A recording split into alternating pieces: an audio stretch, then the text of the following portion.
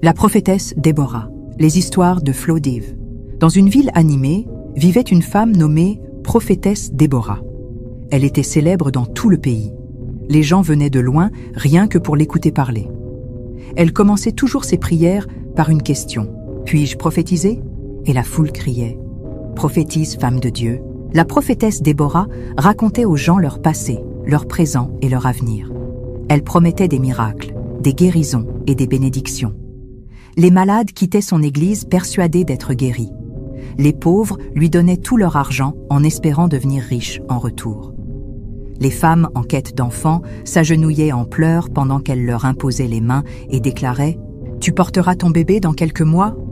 Son église, la maison du feu divin, était la plus grande de la ville. Elle avait des piliers dorés, un sol en marbre blanc et un autel éclatant. Chaque dimanche, les fidèles déposaient des sacs d'argent à ses pieds pour la remercier de ses puissantes prières. Mais derrière le voile doré de son église, la prophétesse Déborah cachait un sombre secret. Tard dans la nuit, alors que tout le monde dormait, elle se rendait dans une pièce secrète derrière son bureau. À l'intérieur, une bougie rouge brûlait. Un grand chaudron noir bouillonnait dans un coin, rempli d'un liquide étrange.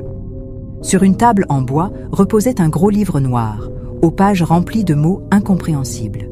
Elle ouvrit le livre et murmura « Grand esprit, mon peuple me fait confiance. Ils me donnent tout ce qu'ils ont. Garde ma puissance forte et je t'en amènerai davantage. » La bougie rouge vacilla.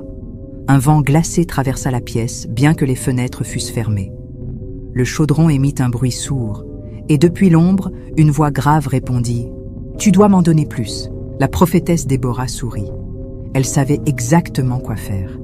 Elle passa ses doigts sur le livre noir en murmurant des mots étranges. L'air devint lourd dans la pièce secrète. La voix grave parla à nouveau. « Tu dois m'apporter plus d'âme. Le moment approche. » Elle inspira profondément et répondit. « Je comprends. » Le lendemain matin, l'église était pleine. Les gens étaient déjà assis. La chorale chantait fort en battant des mains. Puis, la prophétesse Déborah entra, vêtue d'une longue robe blanche qui brillait sous les lumières de l'église. Elle leva son micro et cria « Puis-je prophétiser ?» La foule répondit avec enthousiasme. « Prophétise, femme de Dieu !»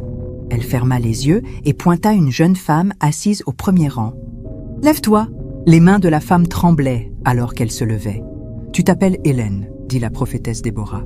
La femme poussa un cri. « Oui, maman, tu cherches du travail, mais les choses sont difficiles, » continua la prophétesse.